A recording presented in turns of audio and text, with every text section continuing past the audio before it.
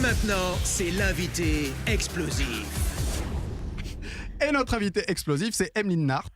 Oui. Alors avant de parler de tes pièces de théâtre et de ton groupe, on va parler un petit peu de ton parcours. D'accord. Pour que les auditeurs te connaissent un peu mieux. Alors tu es né en Belgique. Oui. Mais tu t'installes à Paris très jeune, c'est bien ça? Oui. Alors tu avais quel âge? J'avais 4 ans suite à la séparation de mes parents. D'accord. Oh merde. Il y a pas un jingle là? Tu nous as foutu une de ces ambiances. Mais je suis née dans la ville de la bière, Chimay. Ah oui. Ah. Eh oui. Et alors du coup comment ça se passe? T'as la double nationalité ou? Non, du tout. Je suis italienne. Installée très jeune à Paris, du coup je suis française. Voilà. Je suis Mais plus belge dans le sang quand même. Ah oui? Dans ma tête. C'est à 10 ans que tu découvres la scène. Alors Oui. tu peux nous dire grâce ou à cause de quel rôle? C'est une belle En fait, rivière. ça a été une année décisive parce que pendant les vacances, j'étais dans un village vacances et j'ai insisté auprès des animateurs du village de faire le spectacle avec eux de théâtre. Ça m'a pris comme ça et je faisais les répètes jusqu'à 2-3 heures du matin et je suis montée sur scène devant les vacanciers, quoi. Et j'ai vraiment pris plaisir à faire rire tout le monde et à faire la débile. Du coup, après, j'ai commencé à prendre des cours de théâtre et j'étais quand même très timide, très coincée, un peu comme Hermione dans Harry Potter, quoi. Et ma prof m'a fait jouer comme tout premier rôle une prostituée. Et donc, elle m'a mis des talons aiguilles, maquillée, décolleté, tout ça. Et en fait, j'étais complètement flippée. Mais quand je suis montée sur scène devant les bonnes sœurs de mon école, mes profs, parce que j'étais en école catholique, mais ça a été une révélation, quoi. J'ai trouvé ça génial parce que les gens étaient choqués, surpris et ils se sont marrés. Et je me suis dit, c'est ça que je veux faire, quoi. Je veux surprendre, je veux faire rire et je veux être quelqu'un d'autre, quoi. Exister à travers des personnages loin de moi. Voilà. Et c'est à la même époque que tu attaques la guitare et le chant? Un petit peu plus tard, oui, le chant, c'était à peu près à cette époque-là aussi. Parce que j'ai vu Roméo et Juliette. Ah. Ça a été un spectacle qui m'a aussi Les donné rois envie du de, monde. voilà, c'est ça, de faire de la scène, de chanter, travailler ma voix. Puis à 12-13 ans, j'ai commencé la guitare. Alors après une licence de lettres modernes, tu prends des Oui. cours de comédie et de chant. Mhm. Alors quel cours tu as suivi? Alors j'ai commencé du coup des cours de comédie musicale auprès de l'ICOM, en Mhm. cours du soir, en stage, etc. Et J'aime beaucoup c'est l'ICOM. pas la peine Ouais. de m'applaudir. Big up à l'ICOM, quoi. Big up à l'ICOM, exactement. Et j'ai fait 1 an aussi à l'Institut Ricodoms, qui est vers Place de Clichy, qui est aussi une formation qui propose chant, danse et théâtre en disciplines vraiment séparées. Alors big Très up bien. pour les plus vieux qui nous écoutent, ça veut dire bonjour. On sait jamais. Big up? Gros debout? Alors, en dehors de ces écoles, tu tournes quelques courts-métrages et tu enregistres tes premières maquettes. Alors c'était en solo ou c'était déjà en groupe? Les... Les maquettes, c'était vraiment pour moi, pour faire des démos de chant en fait sur ma chaîne YouTube. J'enregistre régulièrement des reprises, parfois des compos, mais c'est plus des reprises des morceaux que j'ai envie de chanter et dont on m'a pas encore proposé les rôles. J'aimerais qu'on me propose des rôles, mais voilà, c'est pour du travail personnel, oui. Alors ensuite, on a pu te voir dans beaucoup de pièces Oui. très variées. On a pu te voir dans du musée, Oui. Fédo, Mhm. des spectacles pour enfants, Airspray. Beaucoup, oui, oui. Tu jouais qui dans Airspray? Penny Pingleton. Pardon, j'adore ce personnage, c'est pour ça. Ah bah oui, elle est géniale. Elle est géniale, Elle est celle-là. géniale. Elle est folle. Spectacle de théâtre de boulevard, pardon. Mm. Notamment Où sont les hommes Oui. de Farid Omri. Mhm. Adopteunjules.com. Oui. Alors dans quel style tu t'amuses le plus? Peu importe l'époque dans laquelle le texte a été écrit, c'est vraiment le registre de la comédie où je m'épanouis le plus, que ce soit du Fédo ou du contemporain, c'est là où je m'éclate le plus. Oui, oui. Alors aujourd'hui tu viens pour nous parler de BDCB, le Mhm. BDCB. Oui. Alors tu préfères qu'on écoute un extrait, on en parle après, ou tu veux d'abord faire le pitch? Non, on peut écouter un petit extrait. On s'écoute un bien extrait sûr. C'est parti. On m'a dit que votre activité, c'est de... C'est pas une activité. Nous ne sommes pas une entreprise. Hein. C'est plutôt une sorte de sacerdoce. Nous venons en aide aux gens désespérés qui souffrent du mal d'amour. Alors les plus nombreux sont ceux qui se sont fait plaquer, qui viennent d'apprendre qu'il y a quelqu'un d'autre, qu'ils sont cocus, trompés, souvent d'ailleurs avec une personne qu'ils connaissent très bien. Mais c'est normal, Pauline, vous n'avez pas eu le temps de faire votre deuil. Faire mon deuil, qu'est-ce que ça m'agace? Mais tout le monde me dit ça, mais comment qu'on fait pour faire son deuil? Ce que je veux, c'est plus pleurer, plus être malheureuse, je veux être gay! Voilà. Alors on vient d'entendre Emeline. Alors le BDCB c'est de Joël Inardon. Oui, Isnardon. Isnardon. Mhm. Mise en scène par Dominique Martinelli. Mhm.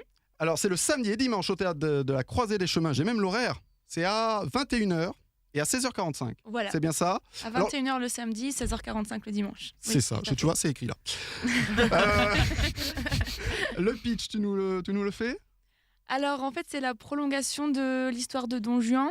L'auteur a imaginé le purgatoire de Don Juan, où Dieu lui aurait dit, si tu veux te purger de tes péchés, tu dois guérir les cœurs brisés, vu que tu en as brisé plein dans ta vie. Donc voilà, Don Juan se retrouve avec plein de gens en mal d'amour qui viennent le voir pour être soignés. Il a une machine un petit peu mystérieuse qui peut faire oublier tous les chagrins d'amour. Faut aller voir pour découvrir. Exactement. Et je le vends bien. Et- Exactement. Et moi, je joue un personnage très borderline. Je suis une jeune fille qui a vu son fiancé mourir sous ses yeux dans un accident. Donc, elle est à la fois dans le deuil, mais en même temps dans la fraîcheur de vivre. Elle a envie de se battre et elle retombe amoureuse de quelqu'un. Donc, sa libido se réveille. Donc, elle passe du rire aux larmes, elle engueule les gens. Elle est complètement T'es bipolaire dans la pièce. perturbée. Oui, voilà, c'est ça. Alors, peu comment perturbée. tu t'es retrouvé dans le projet? Eh bien, c'est le metteur en scène de Hairspray avec qui j'ai travaillé, donc Laurent Stachnik, qui m'a mise en contact avec Dominique Martinelli pour l'audition. Et voilà, depuis, on travaille ensemble. Alors, tu es également dans la pièce pour enfants Le macabre Noël de Monsieur Scrooge. Oui. Alors, le titre peut faire peur, Oui. mais c'est une comédie. Donc, En fait, un tout petit, en dessous du titre, il y a écrit « mais un petit peu rigolo quand même oui, c'est ». C'est vraiment- surtout rigolo. c'est une adaptation du conte de Charles Dickens. Oui. Alors, tu peux nous en dire plus? Alors oui, c'est une adaptation très décalée du conte de Dickens par Frédéric Attuel.